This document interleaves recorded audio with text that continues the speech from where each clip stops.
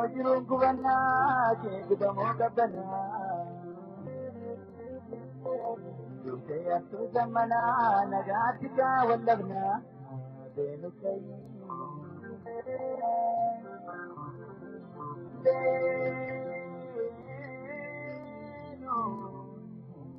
Venukai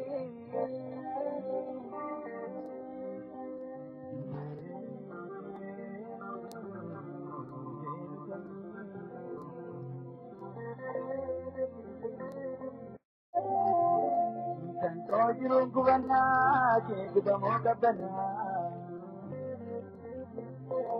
Yukaya suzamana nagatika wallabna Venukai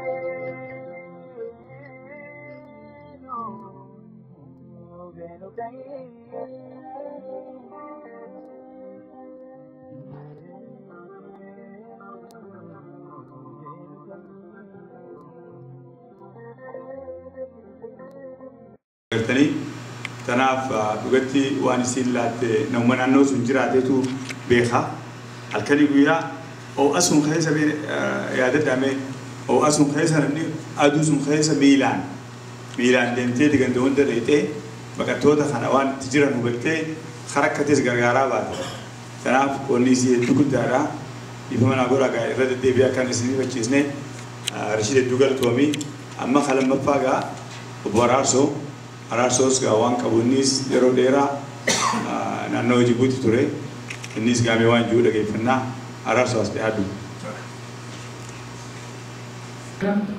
warra poreda makka garte warra asitti akkame hundate garato manjani itti anse guyyan kuni guyya yaadanno haadha abdi oken Fatuma Garmoti akkuma asirratti mul'atutti bara 1930 hamma bara 2014 akkuma 2014 hamma keessa jirutti jiraatte gabaabdutti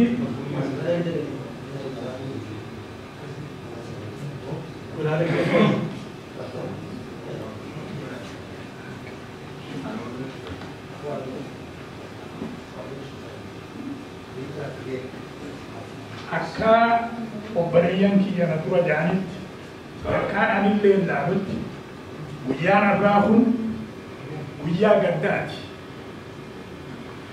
Guyyaa akka hawaasa Oromoo Torontoo fi naannoo isii itti walitti dhufnee haadha teenya haadha abdii dhabuu keenyaaf itti gaddinu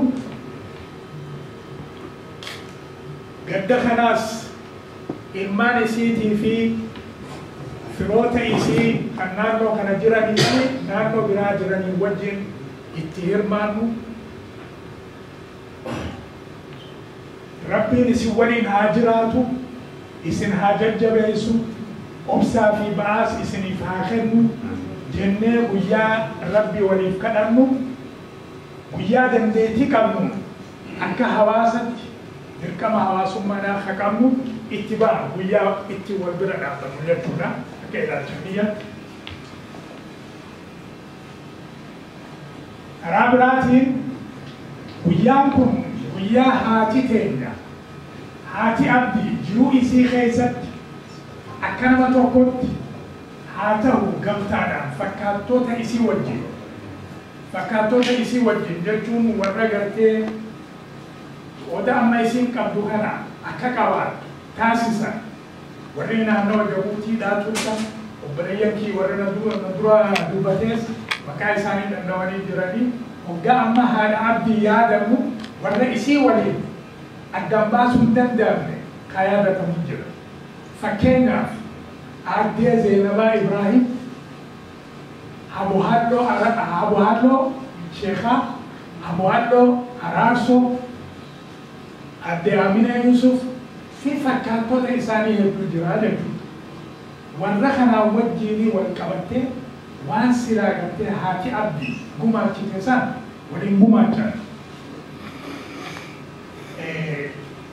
Akka nama tokkotti haa ta'u gamtaadhaan fakkaattoota isii wajjin uummata isiitii fi qabsoo bilisummaa Oromiyaatiif qooda isin gumaachite wareega isin baafte irra deebinee wal yaadachiifne. Irraahis barannee wal barsiifnu ulfina barbaachisuus kenninee fi seenaa qabsoo bilisummaa Oromiyaa keessatti bakka silaa qoonni isii qabaachuu qabu itti waliin qabsiifne jeetiin fudhadha.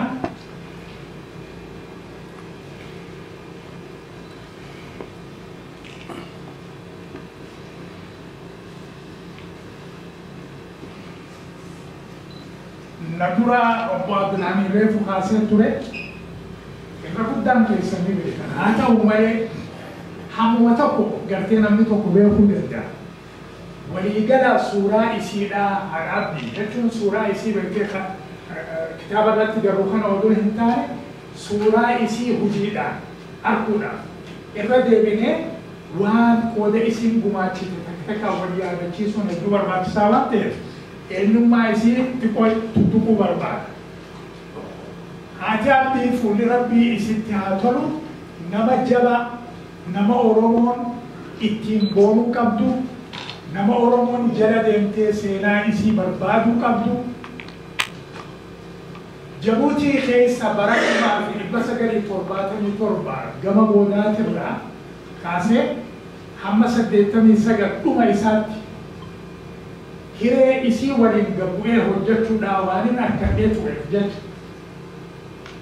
Isa sanirraa yaadannooniin gartee argadhe, barnootaan isirraa hubadhe argadhe isin wajjin hirmaachuu barbaadaa jechuudha asirratti.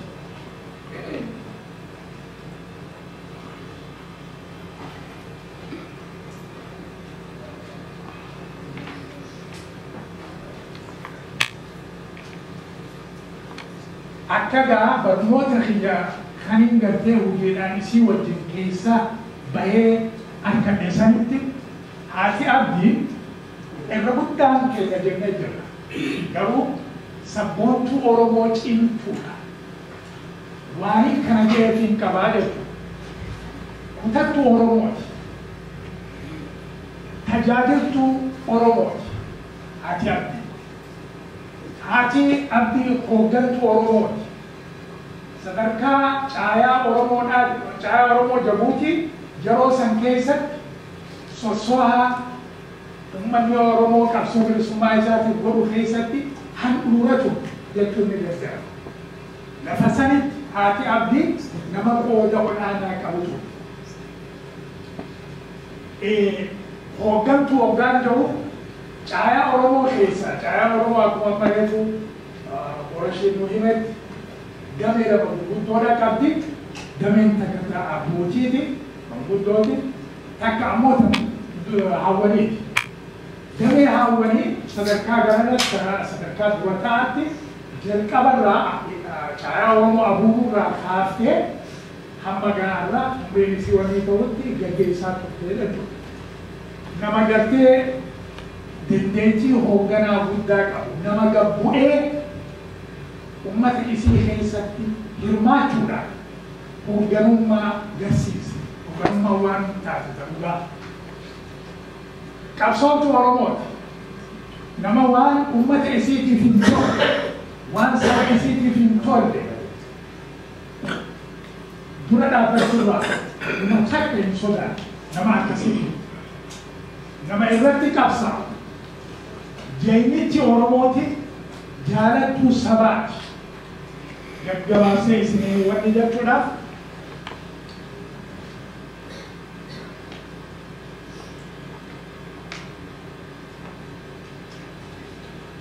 san qofaa miti cinaacha biraa jira. Cinaacha haati Abdii qabdu asirraa beekuu qabu. Nama bashaasha garaa bal'atu. Naasuu fi rifaatuu hammana hin jaamne ilmaan Oromoo maraaf qabu. Haadha Oromoo maraa ta'uu isii saniin baree haati Abdii Oromtittii murattu rakkoo fi miidhaan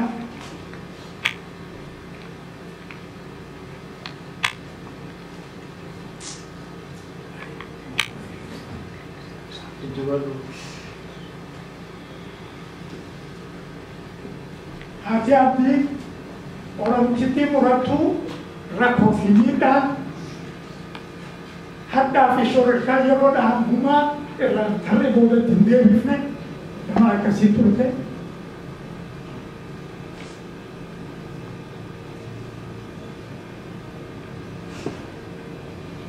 nama ummata fi biyai fitif kamale ku kamu wan isin kamu kaisa sirritti bete wagari kaisa burre baruna duwar bachisara nama khabaja fi ulfina amran jami سبعي في تفكابو ومن اللي رباس إسيف أكسما كاب وما تبرا تكاباتشو كفوصون دي وما تبرا أي سوان إسيكاب وبتورا نبغرتي أكسيتي هاتي عبدي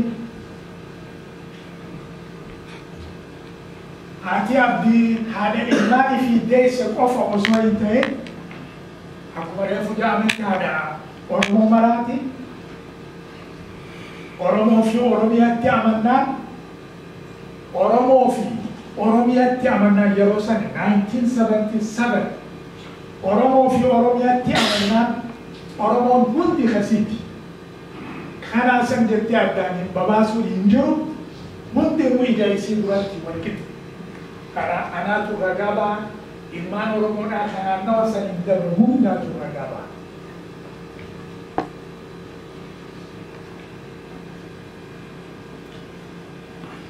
hati abdi kara dammaqaati yoo kenneera yeroo san keessa umri isiiti wajje dubartii Oromoo ta'uu wajje gammaytu Oromoo tan Oromummaan hundee isii ta'utti aman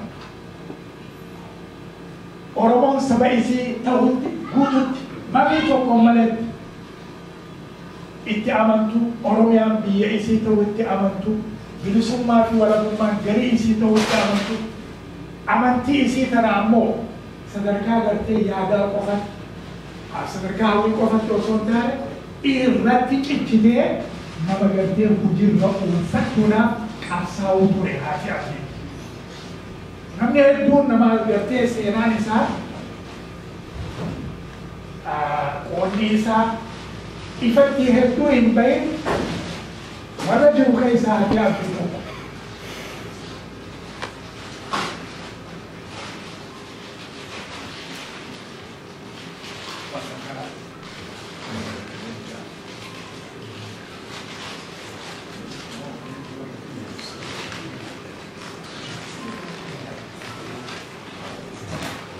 Metabra wani ne rabar keisa wan ne rab fatamne khamun duru wani jabuti keisa da bargada isi ya da chisuna bunya ko tadi ni si gabul ati amti na mahajane an ama murata na mafil garu bunya ko to ridiramti bunya tadi ni si akawan irratute يوخيل همتو وهي اسي مدرتين الرعانو بربان ماربوش دبي بربان كما همتو ورقتين نعنو سنين أكا إلمان اسي ولين بربان دتين ولين قرتين دبي اسي فرتين أنتمو دوغاني كوي سامر كارا دبي اسي الرخايو واني اسي جاتو ماري مع الفارد وجابة شورا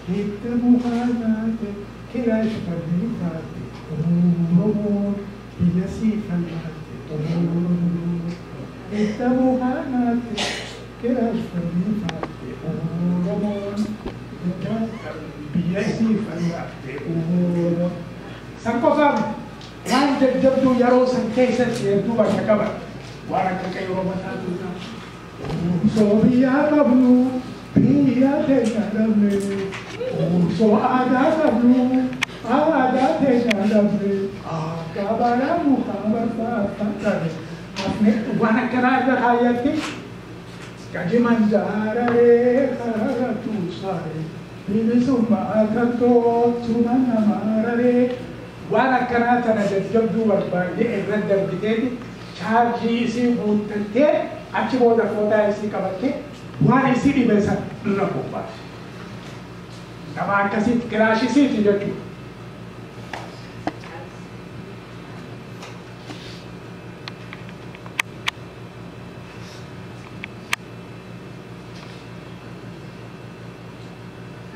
Bakka jiruu fi jireenya irraan fi maaliif obbo Rashiidii fi Abdulhamiidis na dura keessa bahanii waan jiraniif ani waanuma gaggabaabduu takka yaadannoodhaan wajji rikardiidhaaf walitti hiruudhaaf ati abdii akka lakkoofsa barattetti bara 1930 keessa baha Oromiyaa magaalaa Dirree Dhawaa dhalatte hamma bara 1968tti achuma Dirree Dhawaa keessa jiraachuu turte.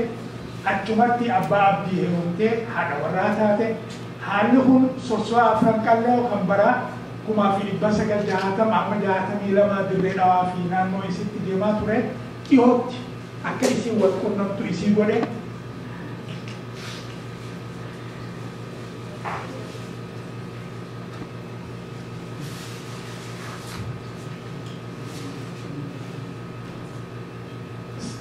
Sistema kanaa jira.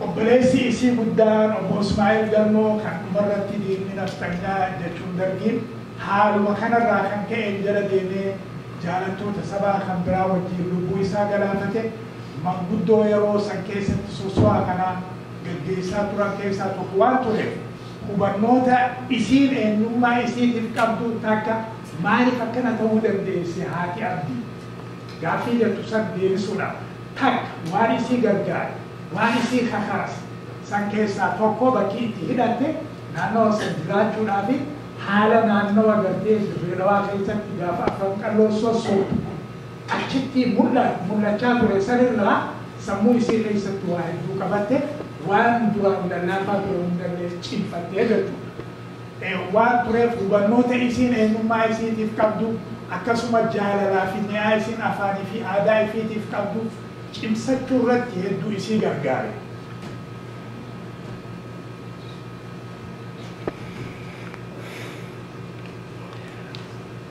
Haa ta'u malee sosso'aa kanaa itti ida'amtee kallattiidhaan yookiin addeedhaan itti ida'amtee qoodeerraa fudhachuu hin dandeenye achitti boodarraa haalli jiruu isii dhiibee bara 1968 keessa maatii wajjin ijoollee isiitii wajjin dirreerraa gara Jabuutiitti godaantee yookiin galte jireenya isii hamma hafe beeka amma umrii isii siraa galtee jiraatte keessa bara 38 naannoo Dirree Dhawaatti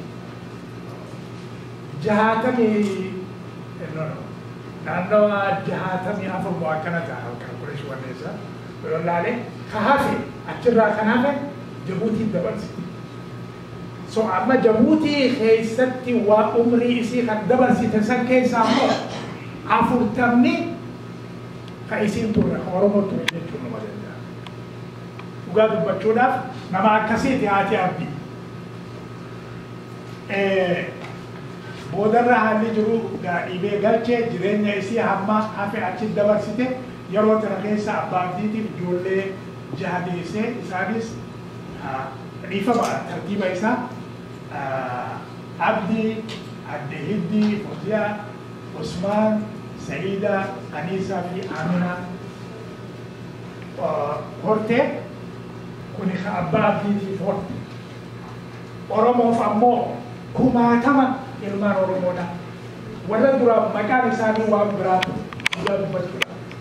Hoggaa dura Jabuutii seenu waan biraatu. Ani qottu, ani Islaam, ani Itoophiyaa, ani Somaalii abbooti, ani Somaalii galbe. Wanni kun hundinuu waan yeroo san keessatti caayaa Oromootii fi humnitii naannawa sanitti soso'aa turte irraa dhiitee Oromummaadhaan warra akkasitti dhufe hundaa'u akka isaan biyya sadeessatti Oromoo ta'anii dabran warra wani keessa haati abdii tabburaati hanga beekamuutu irra jira waan kana sirriitti. Oromoof ammoo kumaatama deesse fuulli rabbii itti haa tolu fuulbara guyyaa 9 bara 2014 Jabuutiitti ilmaanii fi abbaa warra isii akkasuma ummata isii kan akkaan jaalatu irraa du'aan adda baatee fuula rabbii deebite achumatti awwaalamte. Amma irra guddaa qoodaa isiin beektee jiru isii keessattuu naannoo agartee Jabuutiitti gumaachite irraa tuttuquu barbaada.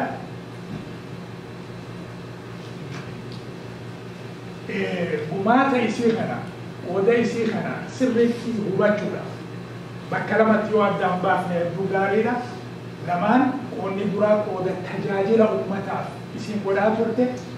Qoonni lamadaan qooda tajaajila isiin qabsaa'ota Oromootii fi qabsoo bilisummaa Oromiyaatti godhaa turte. Waan kana hunda walirratti qabsa.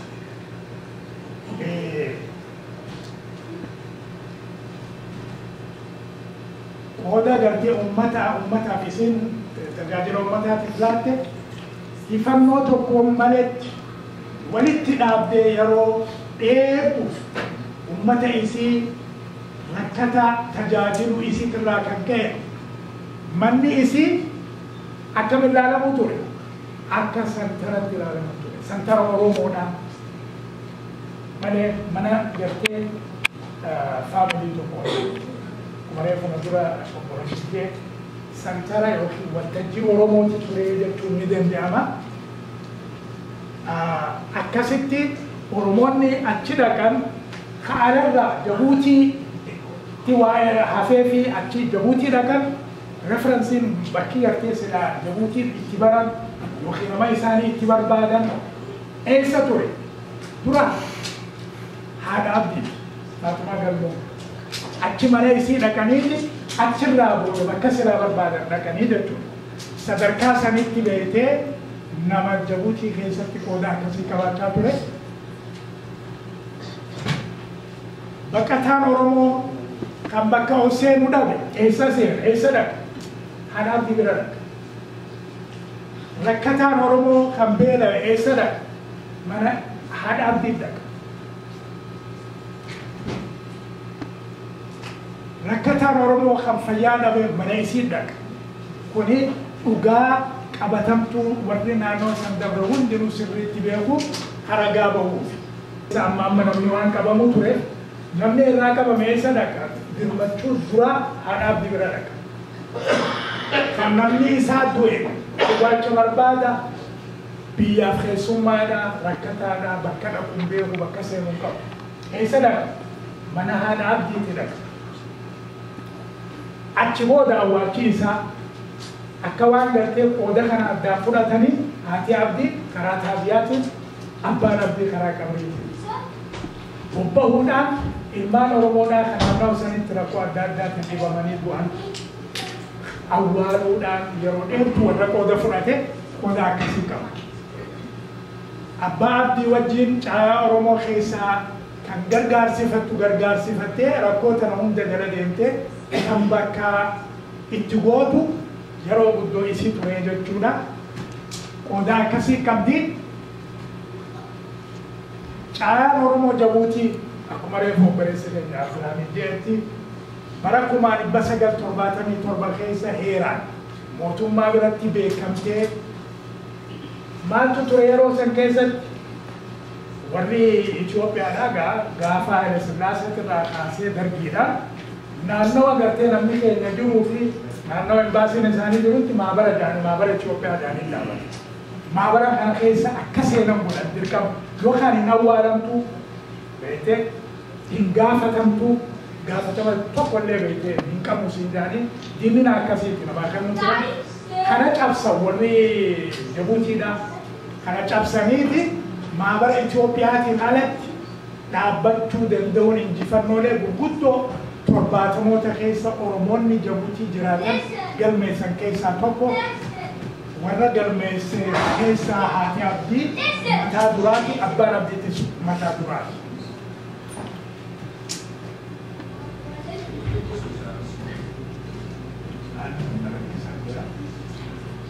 Oromoonni murannoon haala kana jala deemanii mijjeessuudhaan fiixan baasan keessa haati abdii fi abbaan abdiitis qooda guddaa qabanii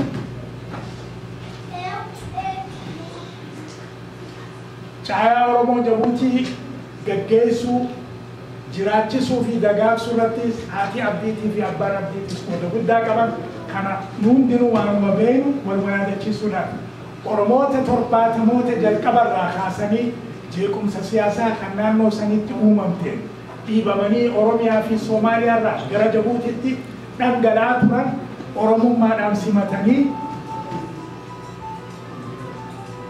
ba'aa jiruu isaanii gamtaan hiratanii qubsiisuu hadhaadhiyyuu fi gara biyyoota sadaffaatti akka cehan godhuu irratti caan Oromoo qooda guddaa qabdi. Qooda san ammoo keessa haati abdiitii fi abbaa abdii bakka guddaa qaban. Kanaaf uummachuun nurra jira.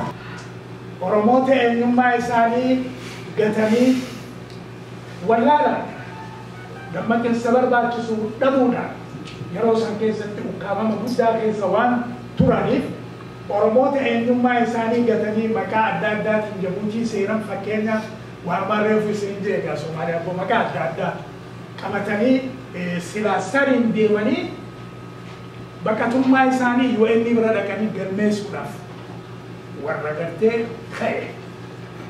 Isa kana harka qabanii santarri mana haadha abdiiti jarri yeroo san keessatti magaalaa Jabuutii jiruu fi baqattuun haareenii dhufte ijoolleen Oromummaan itti cimtuudha hundi irra bobba'anii faayilii waan silaa guutan hunda fidanii achi mana isii santara godhuudhaan mana ijoolleen galtu santara godhuudhaan akkasitti namni Oromoo ta'e hundinuu akka gartee foormii isaanii Oromummaadhaan guutan godhame sanirraa qooda guddaa qabanii kana beekuun hedduu barbaachisaadha. Jabuutiin lafa gartee Oromummaa ta'e itti ititi jechuun ni danda'a. Sababni guddaan sanii nama Oromoo tokko simachuuf bira dhaabbachuuf gargaaruu fi gargaarsifachuufis taanaan ulaagaan isii fiinteen Oromummaa fi Oromiyaa amanuudha ture jechuudha. Haati abdii no matter what horii qabaatu feetu fira guddaa dhaloota wanneedhaa qabaatu isii hin galchu. Ati Oromoo ta'uudha wanni isii tuqu wanni isii kaasu wanni isii gaddisiisus waan Oromoo irra gahe wanni isii rifachiisus waan Oromoo irra gahe akkas Oromummaan isiidhaaf waggaa leewu kan duraati ture jecha.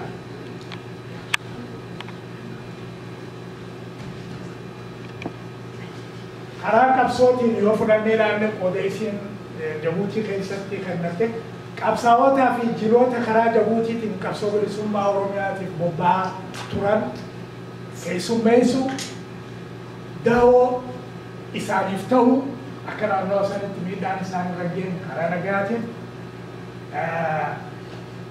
geejjibaa fi bobbaa isaanii laaffisuu irratti qooda hammana hin jaamne nama qabu haati abdii. Yeroo san keessatti karaan tokkichaan dirree qabsootiif ala hidhu ture Jabuutii yeroo san keessatti. Karaan gartee hoogganni keenya yeroo duraatiif naannoo 77 itti bahaa ture waggaa bahan ammoo isaaniin keessummaa isaanii ta'a akkasitti isaanirra dabuudha. Waan silaa barbaadan illee akkasitti argachuudha. Fakkeenya xiqqaa tokko isin kennuudhaaf namoonni yeroo duraatiif dhaqanii waraana adda bilisummaa Oromoodhaa ta'anii eebbifamanii ba'an kan duraa Jabuutirraa eessarraa yaadni isaanii hamma achi turan waggaa lama ture jira sancaalaa ture jira irra guddaa caayaa Oromooti caayaa Oromoo keessa irra guddaa hawaasa maali gamee hawwaniiti. Damee hawwanii keessa namni gaggeessu haadha abdiiti. Akkasitti beekuun hedduu barbaachisaa. Ani waggaa lamaa fi waliin ture namni achitti beektee harkana qabee gargaarsa barbaachisu naa kennee guyyaan qabame hidhaarraa na baasee ogumee qaanidha achi keessatti. San hunda warri godhaa ture isaanii dhugatti qonni isaanii hammanan ja'amu. أما واني في طلاف أكا دبرتي أوروموتي في أكا هانا أوروموتي ومريسي وجي بيرنا يرونا خنيسين كيست سوسواتو وقال عنه تجادل لي اسم أمة أوروموتي في كبسو بالسماء أورومياتي في كنتي ولا أنسو أورومو كيست أكا إلى تخيّت بكا أدى أكا إسفلات أبدي قدام كبالك كوني سرنتي قراتامي قوني إسيهم بكا أكا تورنتو برماتيزا ركب دينا فهمني نعم سجدا جالا إسيتي دبرتو ندو برماتيزانا ولقالت مسنسون نجايا أورومو جبوتي كيستو دمين هاونيتي في جالا إسيخن دميتنا ولين جيسا تران عاد زينبا إبراهيم أبو هلو شيخا عاد هلو أرارسو عاد أمين يوسفي في كمبراتيس هذا عبدي ولمان دبني نمتي نمني هندون هنجرو رب صبري في ما يسني فاخنو جبادا إسيفيس جنة الفردوس ربي سياكنا نيسون جا في الماني سيتف أما عبدي عبدي هدي فوزيا سعيدة أنيسة آمنة عثمان بكجر تاني نوتي خراخينا هاتي عبدي اسم كفر راهن دوني ورمون درا بوتي ججمات دا ربي سنا ججبسو إسيس أرارا إسي ربي ناموسو جنة الفردوس نسيا كان نيسون سنجا غلطوما وانا دكي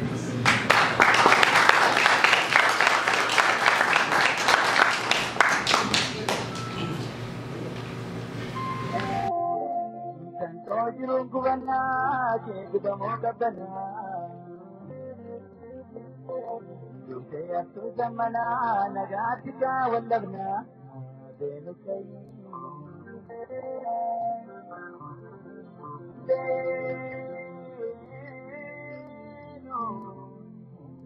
Benu kai